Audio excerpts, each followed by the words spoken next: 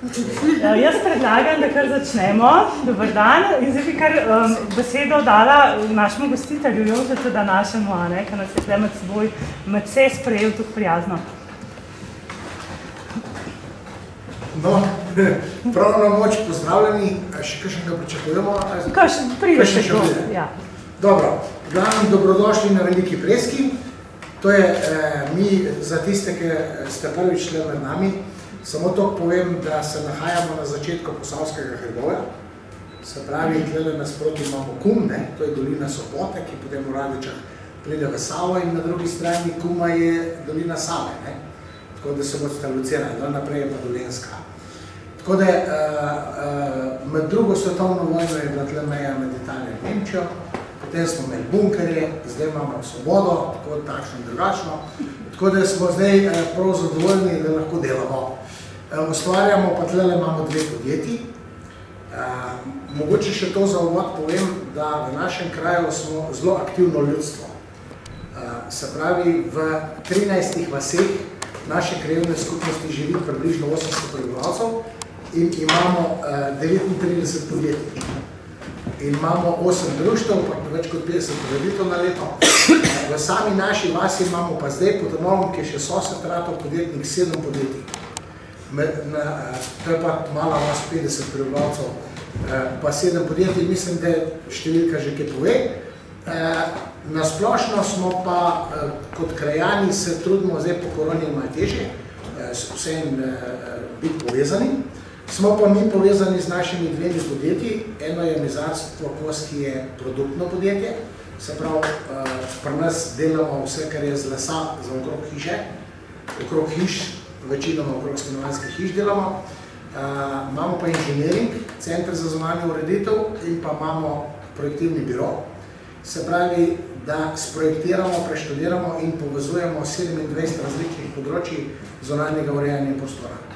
Se pravi, to je zdaj naša dejavnost, od katere živimo, urejanje zunanjega prostora, uporabljamo lokalni les, kar se tiče naše produkcije, in težimo k temu, da bi se naše okolje razvijalo, da se med sosedi ne pogovarjamo samo o vremenu, ampak tudi o kakšnih drugih izzivih, da mlade vključujemo, moram reči, da smo mi družinski podjetji, da zdaj naša hči, ta starejša, že vodi v podjetji.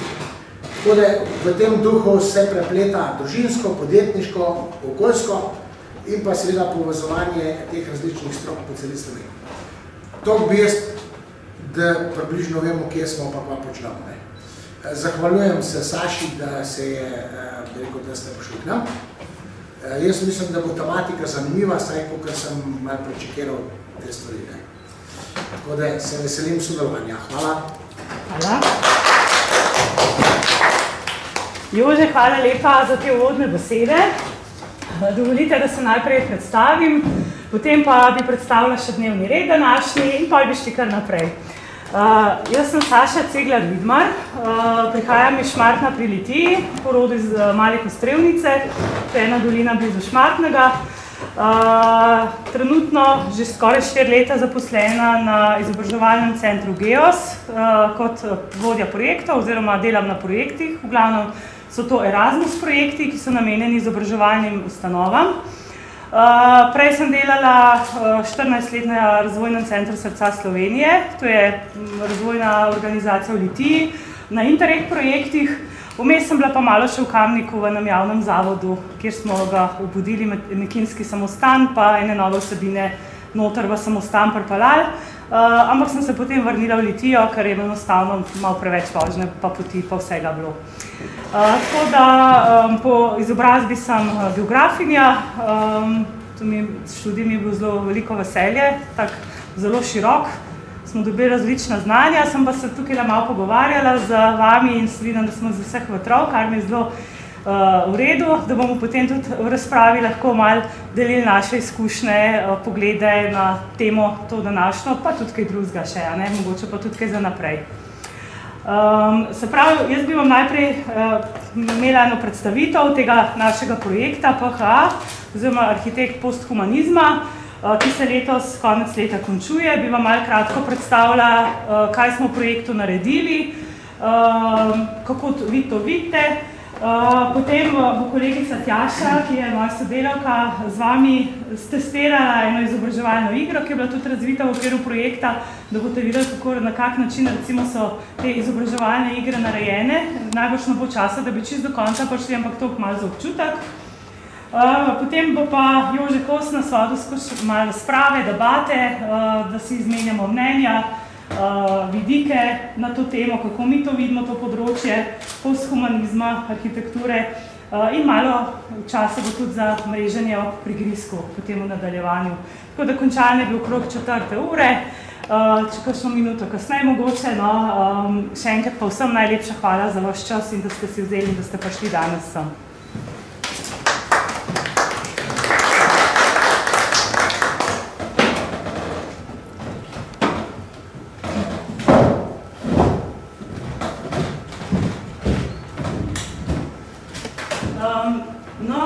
Mogoče za začetek, preden gremo na samo prezentacijo, par besed o naši organizaciji. Izobraževalni center GEOS je naslednik Ljudske univerze Litija. Predlani smo praznovali 60-letnico delovanja.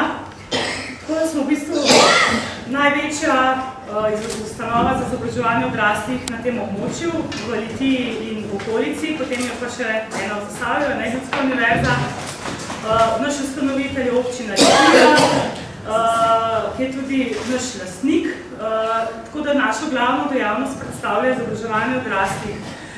Ponujamo srednješolske pa višješolske programe za odrasle. Trenutno smo imeli vpise, je bilo zelo pestro, so telefoni non-stop zvonili, je bilo veliko tega dela z vpisi. To je glavnina, se pravi formalno izobraževanje za odrasle. Medtem ko ta drugi del naš so pa razne oblike neformalnih izobraževanj, skozi tečaje, delavnice, študijske krožke, socialna aktivacija, projektno učenje mlajših odraslih. To so razni evropski nacionalni projekti, skozi katere pa razvijamo ene vsebine izobraževalne gradiva za neformalno izobraževanje, ki nekako dopolnjujejo to formalno izobraževanje, ki ga udeleženci dobijo, oziroma so namenjeni tistim, ki jih neko področje zanima. Zdaj, trenutno niti sploh ne vem točno, koliko projektov imamo, tam okoli 15 Erasmusovih, tako da smo pa projektna pisarna 4 sodelavke, ki vodimo te projekte.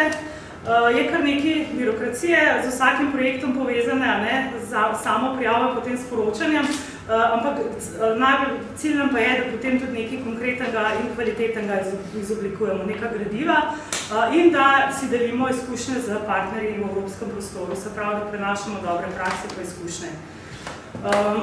Zdaj sama sem delala na tem projektu PHA, poleg tega imam pa še en projekt, kjer tudi smo povabili k sodelovanju Jožeta oziroma Vizarstvo Kos, to je Intellectual Property Rights for Circular Economy and Sustainability.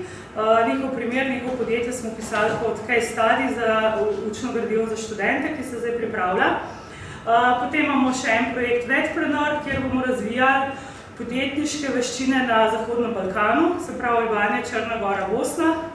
Tukaj smo mi partner pa Cipar, poleg teh balkanskih partnerjev. Tudi tukaj bomo verjetno še sodelovali, ker bojo obiski teh izobraževalcev in osebja teh ustanov za izobraževanje odraslih, jih bomo gostili čez 2 leti v našem območju srca Slovenije. Potem smo imeli zelo zanimiv projekt FaceTime, ki je naslavljal se pravi, kako ženske navdušiti in opolnomočiti, da ostanejo v STEM poklicih, Science, Technology, Engineering in Mathematics. Tukaj smo imeli recimo kot zunanje partnerje v projektu sodelavce tudi trenutno ministrico za digitalizacijo Emilijo Stojmenovo Duh, pa 2 inženirki leta bivši v Sloveniji. Tako da imamo razne teme, razne vsebine in zdaj, če vas kaj bolj zanima, vas vabim, da pogledate spletno stran našo ICGEOS, kjer bomo vse te projekte tudi opisane. Zdaj bi šla pa kar na tale projekt, ki se uradno imenuje Arhitekt posthumanizma, metodologija za izobraževanje o trajnostnih družbenih inovacijah v decentraliziranih območjih. Se pravi, to je prav poudarek, da ni za večja urbana središča bil to fokus, ampak taka obrobna decentralizirana območja. Zdaj Dalinc pa ne dela? Dela. Super. Projekt se je sofinanciral v okviru programa Erasmus+, K220, sodelovalna partnerstva v poklicnem izobraževanju in usposabljanju. Začel se je z januarjem lansko leto in se končuje do konca letošnjega leta, oziroma 1. januarja. Projekt je namenjen razvoju, testiranju in razširjanju, se pravi diseminaciji inovativne metodologije, ki je namenjena organizacijam poklicnega izobraževanja in usposabljanja na teh decentraliziranih območjih za izobraževanje mladih o trajnosti in družbenih inovacijah. To je nekako uradno namen projekta bil. Cilj je imel pa projekt 4. Prvi je bil oblikovanje okvira kompetenc, se pravi, katere kompetence so potrebne, se pravi, tukaj gre za znanje, veščine in odnose. Kompetence je tak širok pojem, ko se to obsega za tako imenovanega arhitekta posthumanizma. To v narekovaju govorim, ker to seveda ni noben uraden profil.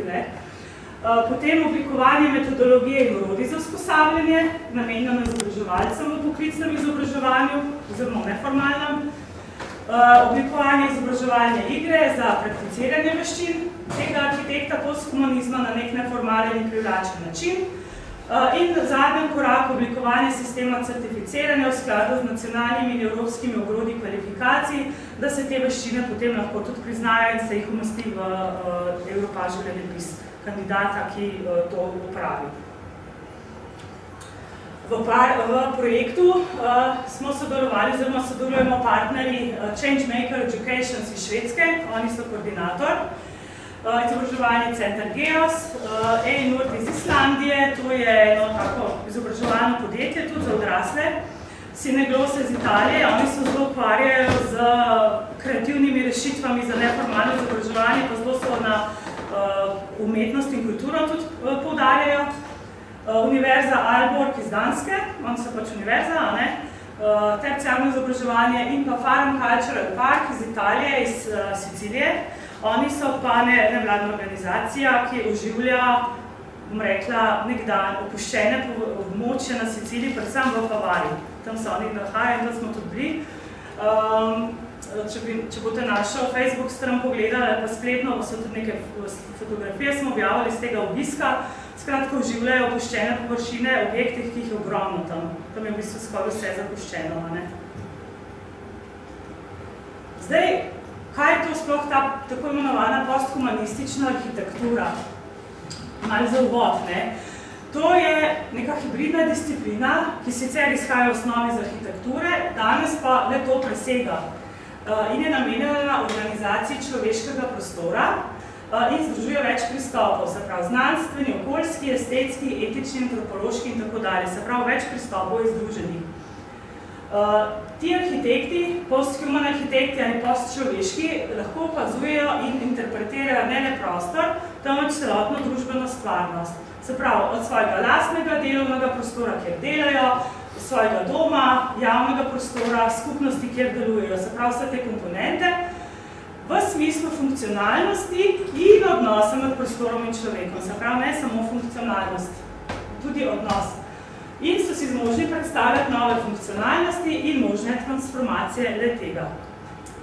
Se pravi, posthuman arhitekt ni arhitekt v strogem pomenu besede, ampak nekdo, ki je sposoben interpretirati prostore iz ekosistemske perspektive, se pravi ekosistem osnova, in si predstavljati nove trajnostne pristope, uporabe in priložnosti za vse tiste, ki nek prostor naseljujejo.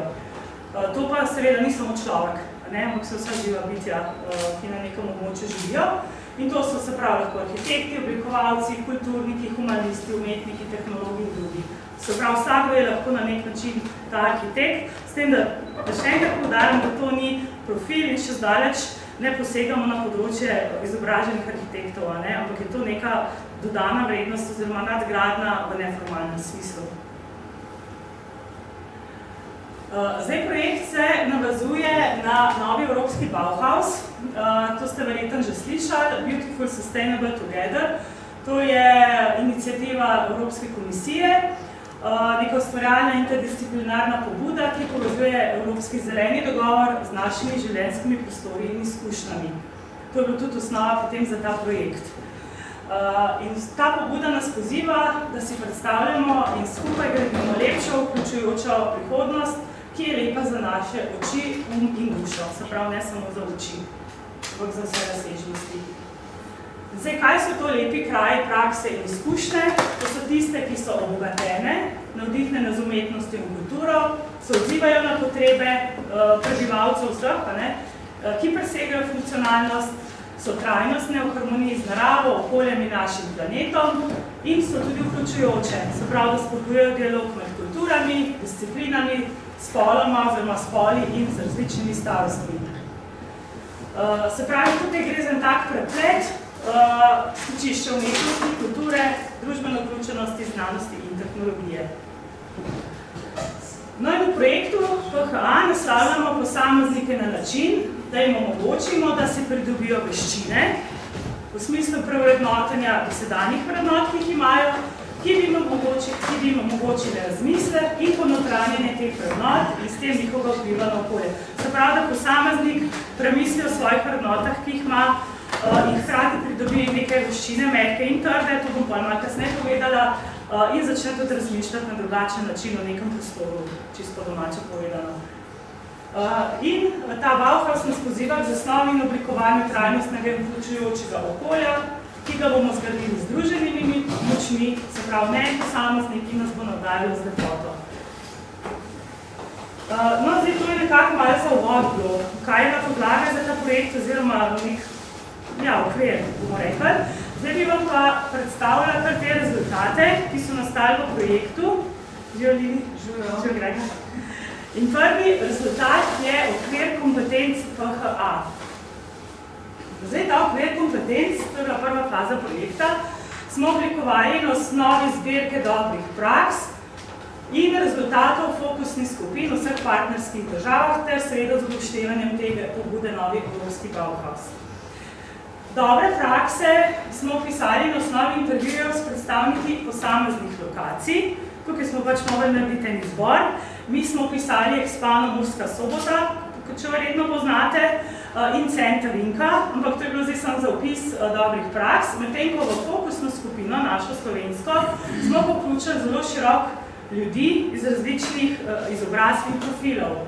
Naprimer iz Biotehniškega centra Naklo, Razvojna agencija Zasavje, Razvojni center Murska Sobota, Center za poklicno izobraževanje, Mizarstvo Kost, Lili, nosilka dopolnilne dejavnosti in interpretator kulturne dediščine, potem iz občine Šmartno za družbene dejavnosti in pa Grega iz podjetniškega rajza Zadruge. Se pravi, smo imeli tako široko skupino, s katero smo predebatirali stvari in tudi te kompetence, ki so bile oblikovane v okviru. Cilj tega okvirja kompetenc je bil oblikovati mrežo za samo ocenjevanje, ki se lahko uporabi pri organiziranem usposabljanju ali pri samostojnem učenju. In vsak okvir, se pravi okvir PHA, vključuje definicijo posamezne kompetence, neke deskriptore, opisnike ter opis potrebnih znanj, veščin in odnosov za vsako kompetenco. Se pravi, to smo oblikovali na osnovi teh dobrih praks in fokusnih skupin. In potem nekaj analiz in grupiranje rezultatov fokusnih skupin je nastal okvir 10 kompetenc PHA. Zdaj bom samo na kratko predstavila. Če koga bolj zanima, so vsa ta gradiva potem tudi dostopna na spletni strani projekta, oziroma vam jih lahko po mailu pošljam, so pa v angleščini. To pa je, pač v ene določene vsebine projektov vse prevajajo, v tem primeru niso, tako da, če bi kdo rabil, lahko tudi zdaj pa translatom prevedemo, bomo pomagali. Se pravi, kompetence, ki smo jih identificirali, so angažiranje v skupnosti, se pravi, aktivno poslušanje, angažiranje, ozaveščanje, razumevanje vrednot skupnosti, potem ponotranjenje trajnostnih vrednot, tukaj recimo recikliranje, krožno gospodarstvo, ekonomska trajnost, aktivno vodenje oziroma ta leadership za trajnost, se pravi ta obsega samozadostnost, veščine sodelovanja in pospeševanja, odprtost in lobiranje za spremembe. Ekopismenost, tukaj gre za znanje o ekosistemih, biologiji, biološki raznovrstnosti, krožnem gospodarstvu, medvrstnosti, škodljivih snoveh in izvenčloveški perspektivi. Kulturna občutljivost, tukaj noter spada recimo zgodovina, pripovedovanje zgodb, antropologija, identiteta in kultura skupnosti. Potem sprejemanje kompleksnosti v trajnosti, Tukaj gre za medsektorske in multidisciplinarne pristope, interaktivne pristope, politični pogled, odnos do reševanja problemov in tako naprej. Tehnološka pismenost, se pravi, kako lahko tehnologijo uporabimo za trajnostne rešitve, slovarsko razmišljanje ali bolj poznano design thinking, estetske veščine in odnosi, metoda sama design thinking, egocentrični oblikovalski pristopi usmerjeni človeka, pogled naprej, predvidevanje trajnostne prihodnosti, tukaj recimo zajeta kreativnost, futuristična ali vizionarska perspektiva, miselnost socialnih inovacij in usmerjenost v iskanje rešitev in kot zadnje vključevanje oziroma inkluzija, tukaj gre pa za pristop od spodaj na zgor, čustveno inteligenco, empatijo, enakost, etiko, prožnost, spoštljivost in tako naprej. Skratka, vidite, koliko različen nabor teh kompetenc je nastal iz vseh teh delovnih procesov, ki smo jih imeli, in to potem zgleda takole. To je zdaj en dokument, jaz sem vam tle dala dva primera. Ta Self-Assessment Grid pomeni mreža za samo ocenjevanje. Primer je ekopismenost pa angažiranje v skupnosti. Kompetenca je opisana, potem katere znanja, veščine in odnose, K pomeni knowledge, S v oklepaju skills in attitude, naj bi nekdo imel, da lahko reče, da poseduje, ima to kompetenco in se potem samo oceni. In vidi, recimo, kje mu manjka, na katerih področjih misli, da se mora še izobraziti oziroma pridobiti kompetence. Tako, to je zdaj prvi rezultat in temu je sledila izdelava metodologije vzpostavljanja PHA, ki je namenjena tem že omenjenim izobraževalcem v poklicnem izobraževanju in usposabljanju, ki delujejo v sektorjih, kot so znanost, arhitektura, planiranje, umetnost, oblikovanje, razvoj podeželja, antropologija, trajnost, ter njihovim učencem oziroma študentom posredno. Namen usposabljanja je, kot sem že rekla, razvit veščino udeležencev, tako trde veščine, to je na primer znanje trajnosti, kot tudi mehke veščine, na primer kulturna občutljivost, z namenom, da se odkleni njihove sposobnosti pri prevzemanju ekosistemskega pristopa pri branju prostora. Sprav, da se to nekako odklene, da ni nekdo omejen s tem, kar ve in zna v neki svoji disciplini. V tem sklopu je nastal priročnik, ki se imenuje PHA Training in tukaj je kompleten vodnik po tečaju, sestavlja ga serija aktivnosti, ki vodijo udeležencev v razvijanje idej za regeneracijo določenega ekosistema. In zdaj vsaka od teh aktivnosti obsega učne cilje, opis natančen, kako se izvaja, časovni okvir, ki je potreben zanjo, pa neki praktični nasveti za izvajanje. Se pravi, zelo eno tako praktično orodje, ki ga lahko nekdo prima v roke in uporabi za eno skupino študentov ali pa učencev za neformalno učenje. Zdaj, trajno usposabljanje v tem priročniku je, če bi ga v celoti želeli izvesti 2 dni po 6 ur, da se ga pa tudi skrajšati in prilagoditi. V prilogi 1 in 2 pa je časovni okvir s prilagoditvami in tudi praktični napotki in razno orodja, bom tudi par jih pokazala. Zdaj, mišljeno je tako, da se pred začetkom izvajanja te metodologije izbere nek specifičen ekosistem, to je prostor ali okolje, lahko je stavba, soseska, mesto, park, prostor sestanka. Zdaj, mi tam v Italiji, ko smo bili na delavnici v Favari, smo šli smo si ta objekt, v bistvu bila zapuščena zgradba, ki so jo začeli obnavljati in smo ta objekt vzeli kot ekosistem, šli smo pa potem tudi na ulico in spraševali še ljudi, prebivalce, lokalce, domačine, kako to vidijo in vse tisto, kar spremlja ta objekt. Tako da v bistvu smo šli na teren in smo izbrali en konkreten prostor. Število udeležencev, zdaj te aktivnosti so oblikovane za največ 200 udeležencev, 4 skupine po 5 oseb. Fajn je, da se izogibamo nekim neprilagodljivim lokacijam, kot so fiksne mize in stoli, in pa, da se zagotovi potrebne fizične pripomočke, to so razni listki, table, flipchart in tako naprej. In pri določenih aktivnostih je možnost samo organiziranja skupin, kjer potem udeleženci prevzamejo odgovornost za sprejemanje skupne kolektivne odločitve in tudi posredno vpliva na razvoj njihovih mehkih veščin, na primer timsko delo, reševanje problemov ali podobno. Zdaj, tukaj je samo, bom rekla, seznam korakov v tej metodologiji, v tem priročniku. Ne bom šla podrobno čez, bom sem potem slike pokazala še enih parih. Kot rečeno, če vas zanima, si lahko to podrobno gledate korak po koraku, ker če bi vam jaz to vse opisala, bi 2 uri samo o tem lahko govorila. Je pa tako, da si to sledi, ne? Zdaj, potem v tem prilogi so pa napotki, če imaš na voljo manj časa, kaj samo vzameš od tega, a ne, da si lahko skrajšal zadevo. Oziroma, če imaš osnovnošolske otroke, spet kaj vzameš, na kak način izvedeš.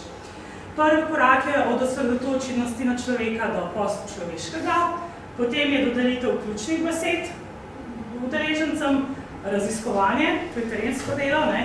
Mapiranje, to pomeni, da se tisto, kar se raziskal, nekako zbere in zapiše, zagovorništvo, to je ta javna predstavitev ostalim skupinam, potem regeneracija prostora, trajnostni koraki in predstavljene ideje končne.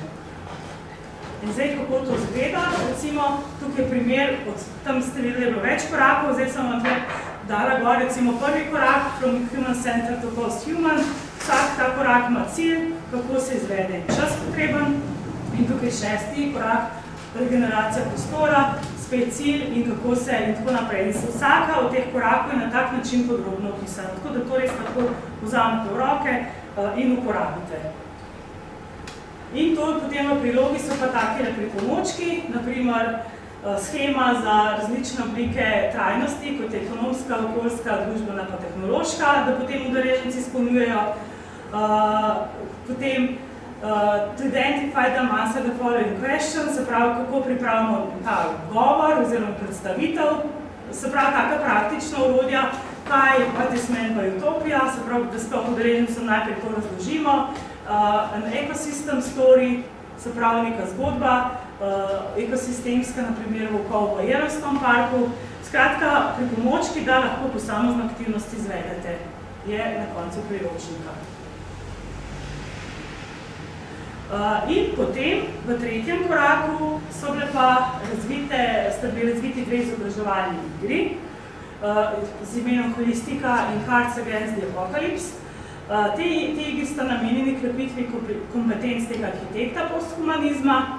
Prva igra, Holistika, je namenjena učenju o tem, kako zgraditi družbo z mislijo na trajnost, naučiti igralca o posledicah vedenja usmerjenega na človeka, pri čemer vsaka zgrajena stavba vpliva na nekaj drugega. In Tjaša, ne, imamo dosto igr v sabo. Ta drugo imamo. Aha, nimamo teh, to malo. Se pravi, tudi te 2 igri sta dostopni na spletni strani, tudi v tej obliki za tisk, se pravi, da si jih lahko natisne, izreže. Druga igra je pa Cards Against the Apocalypse, ki pa sodelovalna igra s kartami za 3 igralce. Skupaj boste arhitekti podzemnega zavetišča s ciljem, da se ustvari celoten ekosistem za vse živeče vrste v nevarnem okolju. In zadnji korak, ta pa še poteka, ta pa še ni zaključen, je pa sistem certificiranja PHA. To sem že omenila, da je ciljna skupina pridobi neko formalno priznavanje osvojenih veščin s pomočjo certifikata, ki bo imel QR kod oziroma zatisk opcijo, in to se potem lahko umesti v Europass življenjepis udeleženca. Tukaj imamo 4 korake, naredili smo že okvir certificiranja, kjer smo specificirali učne cilje, na osnovi ostalih opisanih rezultatov projekta. Potem zdaj delamo spletno orodje za ocenjevanje. Tukaj smo oblikovali serijo vprašanj za vseh 10 kompetenc, ki sem vam jih predstavila, in tudi točkovanih z različnim številom točk. Delala se bo programska oprema za spletno ocenjevanje, se pravi, to bo vse online, da bo nekdo lahko to reševal na računalniku oziroma na telefonu. In še narejena bo strategija za akreditacijske organizacije, ki bojo potem ta certifikat lahko izdale. In to bo izdelano do konca projekta oziroma do konca leta. Tako da to je nekako ta celota, ta zgodba. Zdaj pa je čas za igro, kjer vas bo prevzela kolegica Tjaša, da boste praktično sprobali del ene od teh iger, ne celo, ker je premalo časa. Potem pa bomo imeli še malo razprave pa debate, potem zdaj pa kar šli v to. Hvala lepa.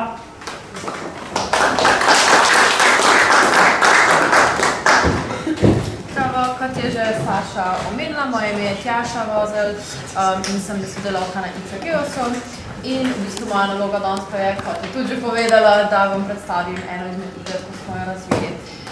Igro so razvili v bistvu naši partnerji iz Švedske v povezavi z univerzo in sicer so jo razvili študentje neke posebne smeri, ko je v Sloveniji sploh še nimamo in to je game design, se pravi, oni se dejansko učijo, kako kreirati različne igre, računalniške in namizne in vse skupaj. Tako da za vas smo v bistvu pripravili drugo igro in ne prve, malo je šlo zmešnjave, ki se imenuje Cards Against the Apocalypse in je namenjena načeloma 3 igralcem, največ recimo, ampak se mi zdi, da če želite, no lahko tudi mogoče kakega več damo v skupino in se v bistvu najprej morate razporediti po skupinah, pa bomo mogoče dalje. Po moje bi lahko naredili recimo 3 skupine. Ja. Tako da se bom jaz malo odmaknila mogoče. Pa mogoče da se lahko posedite na okrog. Tamle 3. Zdaj bomo 1, 2, 3. Ja, ker pa lahko takole pa smo mogoče. Jaz pa ne pa priložiti tako. Kaj naredimo 2? Lahko pa tudi recimo 2, pa ste pol, pa bomo na prvem bližali. Ker tukaj je zdaj mogoče malo prevelika prevlada na eni strani mize, vas je malo preveč, tukaj pa pol malo premalo. To je ena skupina, tamle pa druga. Ne, Lili, ti sam pridaš. Tam jih je več. Ne, vi ste... Da bo kar takole skupina. Ja, tako sem mislila, ja. Ja, okej, bomo da se čez mizo gledate, no? Ja. Da si kart ne gledamo. V bistvu si karte lahko gledate, ker igra ni narejena v smislu, da tekmujete en proti drugem, ampak je narejena tako, da vsi skupaj sodelujete in morate premagati neko drugo zunanjo silo. Je pa tako, da vi se delate, da ste v nekem podzemnem zatočišču in skozi se lahko dogajajo neke katastrofe. V bistvu, tako ko karte igra se vsako rundo se nekaj zgodi. In vaša naloga je to, da na koncu skupaj zberete 7 točk. Točke pa predstavljajo živa bitja. In vi morate ohraniti eno živo žival, enega človeka in pa eno rastlino.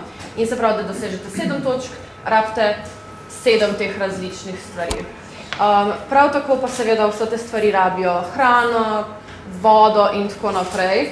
In boste videli, da je kar težko nekako ohranjati to neko, kako bi temu rekli, da je vse preskrbljeno, trajnostno, tako je. Ja? In imate tudi recimo več virov te hrane, nekateri so trajnostni in ostanejo tam cel čas, nekateri pa niso trajnostni in jih morate vsako rundo v bistvu stranjati. Pa je mogoče najlažje, da vam kar porazdelim karte, no, da si boste sploh znali predstavljati. Ja, drugače pa igra v angleščini, tako da tudi napisi so v angleščini, ampak bomo pač malo prevajati. Bomo pomagali s prevajanjem, če bo treba, samo lahko. Res je, ja. Ok, pa bom kar takole dol postavljala, pa od teh z obeh strani lahko, ker se v bistvu gradilo na vzdolj. Pa boš sem se postavljala. Težko. Zdaj boš na stole, tam boš stole. Čakaj, ti si bom dala še na stole. No, tega lahko smemo videti. Tega lahko. Evo, vidite.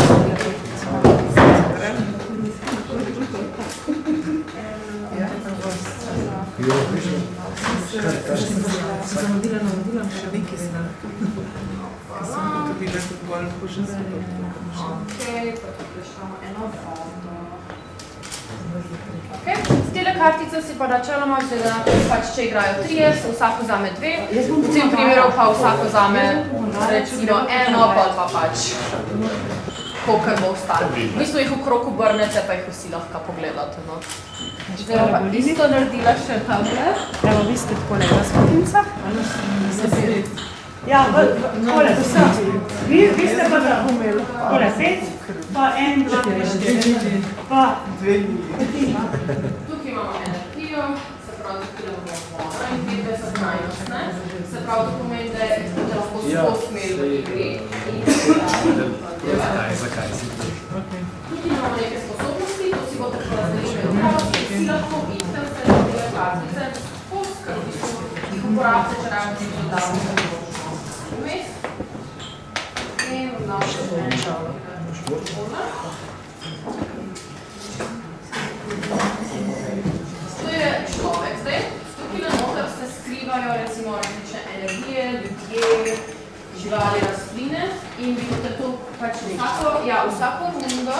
povlečete 6 teh kartic, to so building kartice, in jih boste mogli razdeliti nekam tukaj. Zdaj, pa še tole. Ja, in bistvo igre je, da gradite ekosistem in sicer navzdol, neomejeno kam, pa tako čez bi lahko 5 kartic. Je pa stvar taka, da kot vi ste tukaj recimo človek, vsi začnete z enim človekom in tukaj na levi piše, kaj človek potrebuje, da preživi. Na desni pa pokaže, kaj človek oddaja.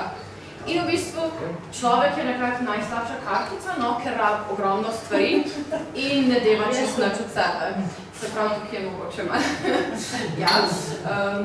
Tukaj se pravi ta hrano, vodo, energijo, pa še neke rastline. Se pravi, te krogce boste vedno najti na levi in pa na desni. In zdaj, v bistvu, tukaj imamo pa katastrofo, ker tudi v življenju nikoli ne vemo, kdaj se bo nekaj naredili in nam bo se dane porušali. In recimo tele ability card bom jaz kar, ne vem, malo razdelila takole, pa si lahko preberete, če ne bo šlo, lahko kaj pomagam. In to, če gre recimo vse na robe, pa vam lahko enkrat na igro to kamo date od sebe.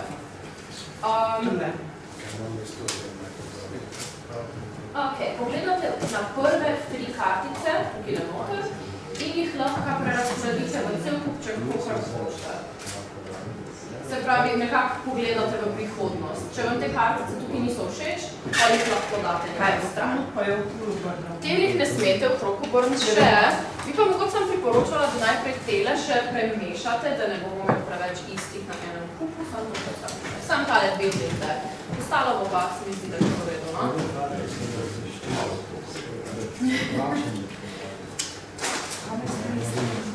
To pa samo držite, zapomnite si vašo posebno sposobnost in če boste kaj prenovali, kdaj vmes, je to to. Aha, to se prepoznaš potem, kje se lahko vključiš v neko zadevo. Ja, s temi sposobnosti. Ja, točno to, ja. Če boste videli, da bo prišla neka katastrofa in imate vi rešitev na teh karticah, ko jih lahko vsebiste, polje boste takrat dali in se bo to malo porazporedili. Kaj sem pa pozabila omeniti, je pa še to, da recimo tukaj sem rekla, človek potrebuje te stvari, pa to ne, in je pomembno, da se ta kartica dotika druge kartice. Recimo, ker človek potrebuje hrano, bomo nekam dal hrano, ne, in lahko jo damo višji, nižji, ampak mora se dotikati ali roba ali pa pač neke strani. Se pravi, okrog ima lahko kartica največ 8 stvari. In v bistvu... Ja, tudi te koški, čist mini koti se tudi v bistvu štejejo, zato da jim boš malo olajša. Ja, lahko je to tako, ja. Ta človek je underground. Ja, v bistvu, ja. Ta človek je prva oseba, ko je spomni. Kaj je zdaj prva stvar? Zdaj bo pa prva stvar, se bo šele zdaj začela, no. In sicer bomo povlekli 6 kartic, teh building kartic, in jih lahko vsi vidimo. In jih samo razporedite nekam, da bodo vsi videli in da ne bodo odbirali mogoče, kaj boste tamle gradili.